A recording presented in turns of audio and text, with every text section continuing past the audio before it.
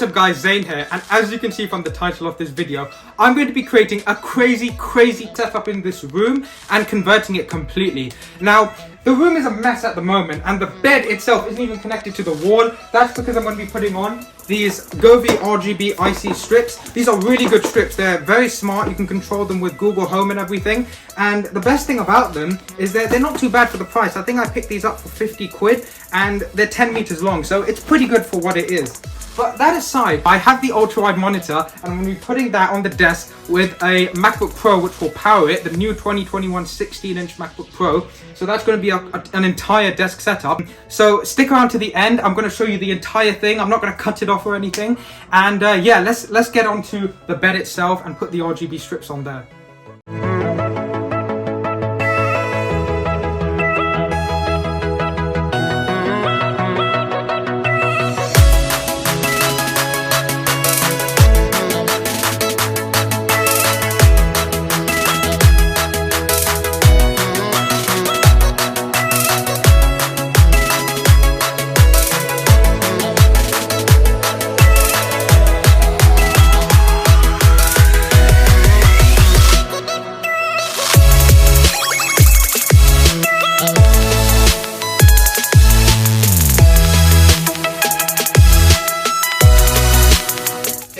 Turn on the lights. Okay, so I've been starving because I've been doing this for ages. I can't eat the next day, new t-shirt.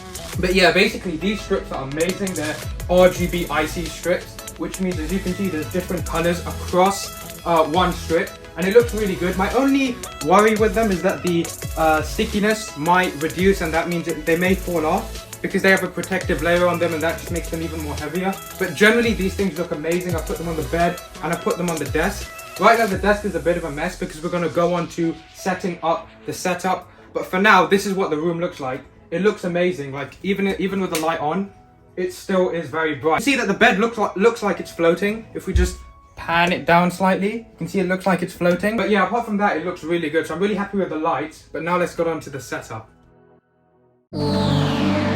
It's been a couple weeks since I put up the LED strips on the desk and the bed, which are really cool. But I opened the monitor and the monitor looked amazing. It was super wide, much wider than they look in videos and photos. However, it turned out the speakers weren't working, and during the time I sent it away and got this replacement right here, I spent that time basically putting up the shelves and all the decorations and putting the setup together. So we're just going to be able to cut straight to the good part, which is going to be showing you the ultimate desk setup. So apart from that, let's get into it. Hey Google, turn on the lights. Okay.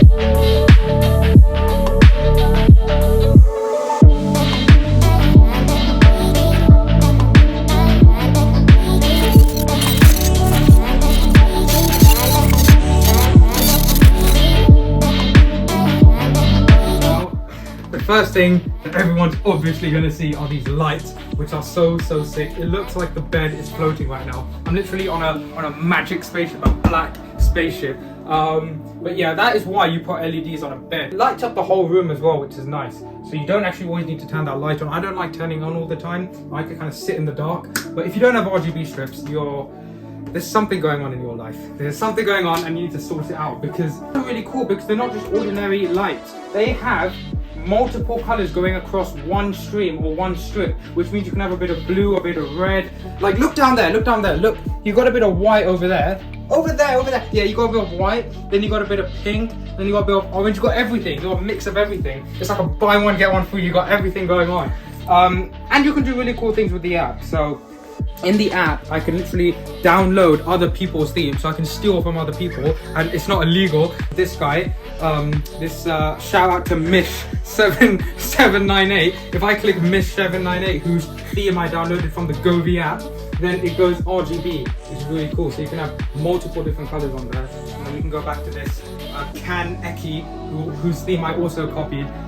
This is like a Stranger Things theme apparently, and I would highly recommend getting these for someone's bed because it illuminates the room. And the best thing about it is it just changes everything, because the room just looks so much bigger as well for some reason. I did forget to mention, by the way, Google Home, that does control the light. So for example, I could say, hey Google, turn bed lights red. Okay, so that controls that. Now, it's not just the strips, which is the only form of lighting in here. I have something very special, and those are neon lights, and anyone can get these, and they look so sick.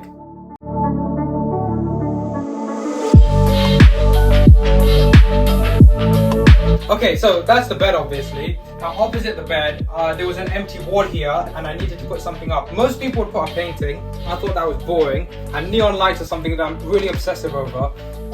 These aren't real neon, they're like the LED ones, but this is a typical neon light you would get on Amazon. But it looks so cool, like it lights up the whole room. If you turn off, like I'm blue, like I'm an avatar, it's that bright. So turn on the light. Yeah, you have to get one of these. This looks really cool. This now brings light to this side of the wall, so you've got bits of light bouncing everywhere in the room, which is really nice. So yeah, this is like a typical neon light you would pick up online. I've got one more thing next to this neon light. This is so cool. If I turn off the lights and I click this button, look at the sky. Alright, we're like Thanos living in space. Okay, but this is so cool. This is a Starlight projector. So Starlight projectors are so cool because they shine this really cool kind of what do you call it? This like pattern on the wall, and it feels like you're in space, and it just, you know, you've got light on the walls and on the floor, but you need something in the sky. So this is the best thing for it, these Starlight projectors, and you can like kind of change the theme. You can have like the lasers on and off. You can change the LED to like red, green, blue, and then yeah, that's really cool though. So that's the Starlight projector. These things are literally like 10 quid. You can control the colors, the light, if you want to show the moon or not. We got like a green one here. So this is really, really cool. Now onto the main thing in this room, which is of course the setup.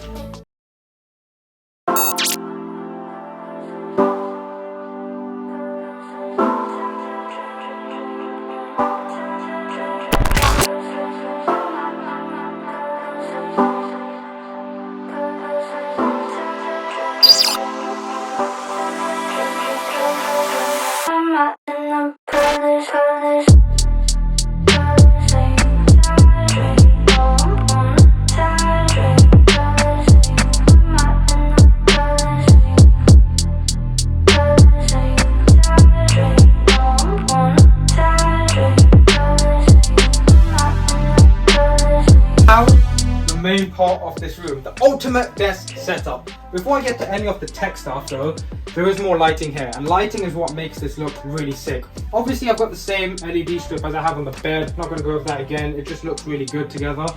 But if you have any type of shelf on your roof, you have to get these. These are puck lights. It didn't go as smoothly as I wanted it to, but they still look cool. They change color, they're RGB, and they put so much illumination on the desk, which means that when you're working, you don't need a lamp or a shelf, because you can literally click white, and you have all of that lighting. You can see everything perfectly well. And yeah, like you can have a completely different theme if you like. It just looks really nice. The next piece of lighting, because there's so much RGB going on, I had to have something a bit more traditional. So we got a little IKEA sort of vintage lamp. And then, of course, more neon. So underneath here, I've got all the cables managed perfectly, which I'll get to. As soon as you hit this one little switch, which is a bit of an effort, we got the banana neon light. So you've probably seen this in like tons of Pinterest setups, and I basically just copy that. I've just been copying a bunch of people so I can have this like sick setup, and that's what you should do, by the way, if you want your setup to look good. But that aside, of course, with any tech setup, you gotta have some plants to bring some life, because people like me just sit in our room all day and watch TV, so or watch something on this ultra wide monitor, so you gotta basically have some life inside of this room. And so these plants are nice because they hang down. Obviously got the Rocky pop figure, a bunch of random like decoration that's supposed to make you look sophisticated even though you're not.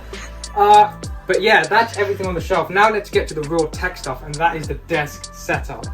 Okay, the main thing on this desk is of course the monitor. This monitor is more main than the MacBook Pro itself. It's so big that it sits on top of it and it poos on the MacBook. That's how sick this monitor is.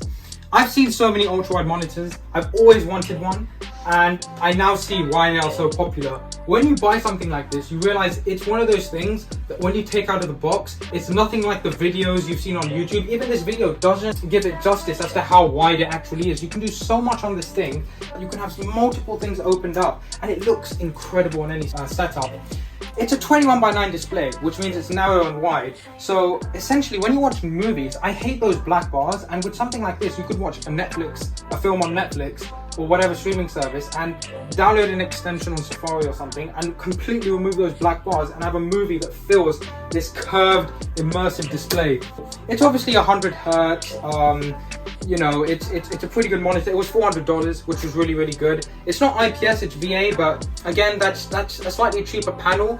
Not that big of a deal. When you go to the left and right, you may see a bit of a shift. If you go to the center, which is where you're going to be sitting anyways, I mean, I don't know about you, but no one really works out a computer like this, so it's not a big deal. And plus, you're saving like 300 quid, so 300 quid extra just to go like left and right is a bit dumb. So yeah, I mean, for those color grading and stuff, I get why you would pay it, but this is a perfectly good monitor. Again, I'll link in the description below. It's 35 inches instead of 34, so you get that extra inch, which makes a huge difference, I think. Especially when you're coming from a really expensive laptop like this, a 16-inch MacBook Pro with a ProMotion display. Using this does feel similar in its smoothness. Display quality, not so much. But yeah, that goes on to talking about what's powering this setup. The thing powering this whole setup is the 16-inch MacBook Pro. This is the new M1 Pro 16-inch MacBook Pro. The spec on it is a 10-core CPU, 16-core GPU, a terabyte SSD, and 16 gigs of unified memory. So it's basically the middle one if you go on the Apple website in the 16-inch options. This is what I think probably one of the best laptops out right now. If you're talking about just reliability, speed, power, the way it looks, it's probably one of the best. It's not the M1 Max, because I think that's completely unnecessary. I'm not going to be sitting here making the next Avengers or something. And the way it powers the setup is through a USB Type-C port. This is really cool because the monitor actually provides power to the laptop, which basically means when I plug it in, it charges the laptop and I never even need to take my charger out of the box. This monitor charges it while it's connected. And you can have it in this sort of orientation that I've got, where the laptop is here and the monitor is there. So if, for example, if I open up, say, like a news channel and have something going on over there, basically have a bunch of stuff going on, which is really, really cool. And let's say you're now not using this MacBook, you can basically close it up, you can put it to the side, or you can put it on this little dock I have and take out the mechanical keyboard. Now, closing the MacBook means you can put it away and have it in clamshell mode, and it basically gives you a desktop type look where I've got a mechanical keyboard here and a mouse, and I can just use it like this, which is really, really cool. So that brings us on to the keyboard. This is one of the coolest keyboards at one of the best prices ever. This is an ET robot keyboard. This is essentially a mechanical keyboard that performs like something from Corsair or Razer, but at half the price. This thing cost me £40. You know, Cherry MX Blue switch. As you can see, that's a Cherry MX Blue switch in this keyboard, and it sounds really nice.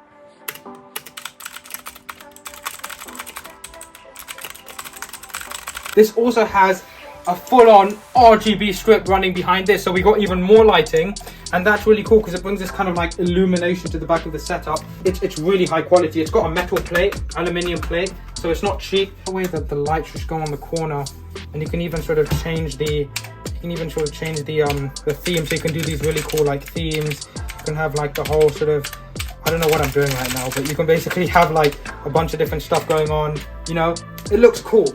Now, the next thing I always keep with me, a really, really good mouse. This is the Logitech MX Master. 100 YouTubers have spoken about this, so I'm not going to go into it. I'll be honest, it's a good mouse, but again, I have run into a lot of problems with it, like Bluetooth issues. Sometimes if you go into the Logitech app, it doesn't even let you control the mouse, so like you're stuck on it. It's a good mouse, that's all I can say. It's a good mouse.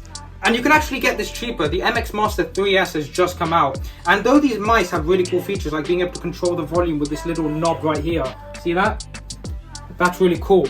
But you can get this one, the MX Master 2S, for like $40 on Amazon now, or 40 quid or whatever you want to call it on Amazon, which is a really good deal. So if you don't want to go out there spending 100 quid on a really good mouse, the same one, just a couple generations older like this, is literally a quarter of the price, and it performs just as well. Remap all these buttons, so for example, like shifting between it with my mouse, and then I can like control the volume. I can, you know, like open up different windows. I can bring my Launchpad, all that kind of stuff. Is this really worth 100 quid? I don't know, but like I said, it's cheaper on Amazon, the older model, so have a look out for that. This is really cool.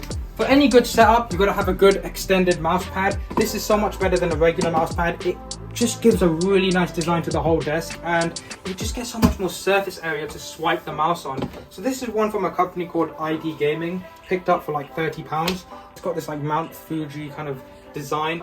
That's the mouse pad. One thing that you've probably seen in every single desk setup these days is this dual monitor stand. I think without this stand, this desk would be so cluttered right now, you could not do any work on it. Simply because of this, I can pick up this keyboard, tuck it underneath, and have all the space to do whatever I want. I have my Macbook sitting on top of it, so I'm not taking up any space underneath the desk. Now this isn't like a Grove made one or anything. Those are like upwards of $100 or even $200. This is one I got on Amazon from a random company. Things from a bunch of random Chinese companies online. So yeah, I think it's called like Aothea or something. But it's really cool because you get all this space. Without this place would be an absolute mess. So that's that. That basically covers everything on the desk. Really cool little plant again. Trying to add as much as I possibly can on this desk. A little mug that keeps a couple pens and things. But yeah, that's pretty much everything. It's a very clean setup, no cables underneath, as you can see. A typical IKEA Alex desk. It has some drawers, which is always useful to put stuff in. But I think the coolest thing about it has a little cable management tray underneath. So I can have all my stuff routed through this cable management tray, coming out of this one little hole, as you can see there. And underneath, I have my surge protector stuck to the desk. Therefore, no cables coming down. So I could literally just have everything just like that underneath the desk, and everything's coming out of these little holes at the end, which makes it really, really clean. So that cable management tray, that's about the only thing good about this desk. Apart from that, it's way too thick to put a monitor arm on, which I don't like because I really wanted to move this thing around. But this is basically the desk setup, and yeah, I think this is everything. After questioning if this is everything in this room that I can show you, this is basically it. Apart from a couple figures I have up there, like Batman and Spider-Man, which do look cool. I also realized I do have a lightsaber in here, which is just adding to even more lighting. It's almost like I'm trying to add so much RGB that I might as well just turn the light on at this point if I want to light up this room. But yeah, apart from the very pop culture type things, like the little figures and the lightsaber, this is basically everything. Yeah, what do YouTubers say? They say to subscribe, they say to turn on the notifications, which you better do, and comment down below what else you want to see in this setup, because there's a lot that I can talk about, whether it's the monitor, lighting, any of that stuff. Like the video. If you don't, someone's gonna come with this lightsaber and slice your head off, and you're gonna have metal components on your body like Darth Vader. So you better like the video, and apart from that, I'll see you guys in the next one. So goodbye.